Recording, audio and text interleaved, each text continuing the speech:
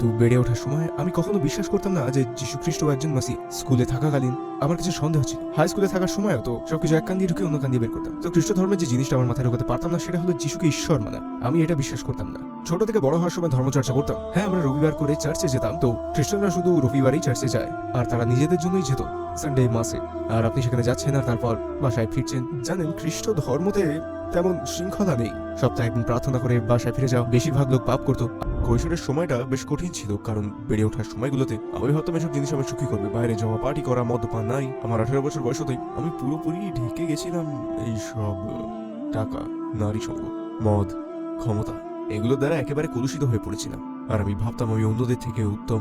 সত্যি আমি ভাবতাম কোনো কিছু আমি ছুঁতে পারবে না। আমি ভাবতাম আমার মধ্যে কোনো রকম গুরুত্ব আছে। আর এটা অনেক বড় ভুল ছিল। আমি নিজেকে ঘৃণা করতাম। আমি ভাবতাম এই জিনিসগুলো আমাকে সুখ এনে দেবে, কারণ আমি সুখী হতে পারছিলাম না। পৃথিবীর কিছুই আমাকে সুখী করছিল না। আমি কখনোই খুশি ছিলাম না। আমি পৃথিবীর সব টাকা পেতে পারতাম। আমার আশেপাশে 10 জন নারী থাকতো। আমার পেছনে টাকার একটা বড় স্তূপ থাকতো, তাও খুশি ছিলাম না। কিছুই আমাকে খুশি করছিল না। যাই করি না কেন, কিছুই আমাকে খুশি করছিল না।